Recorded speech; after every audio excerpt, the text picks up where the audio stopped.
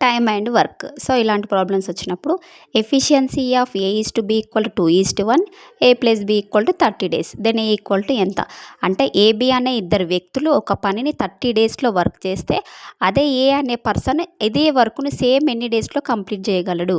అంటే ఫస్ట్ ఇక్కడ ఏం చేయాలంటే ఎఫిషియన్సీ అంటే ఇద్దరు వ్యక్తుల రేషియో ఎంత అంటే A plus B. So, A plus B equal to 2+1. Then A equal to B equal to కదా. సో, ఎఫిషియన్సీ కాబట్టి A plus B equal to 2+1 equal to 3.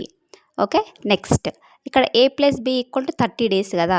అక్కడ ఉన్న 30ని ఈ 3తో మల్టిప్లై చేయాలి. So, 30 into 3.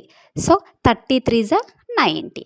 ఓకేనా. ఇప్పుడు ఏ అనే ఒక పర్సన్దే కదా ఇప్పుడు మనం ఫైండ్ అవుట్ చేయాల్సింది. సో, ఏ ఈక్వల్ టు 90, అక్కడ ఏ ఈక్వల్ టు 2 కదా. సో, 90ని 2తో డివైడ్ చేయాలి. 90/2. 2 1s 2 4s 8, remaining 1 2 5s 10. So, A equal to 45 days. అంటే ఏబి అనే ఇద్దరు వ్యక్తులు దాన్ని 30 డేస్లో కంప్లీట్ చేస్తే ఓన్లీ ఏ అనే పర్సన్ 45 డేస్లో కంప్లీట్ చేయగలడు. Next A is to B equal to 2:1, A plus B equal to 20 days. Then A equal to ఎంత?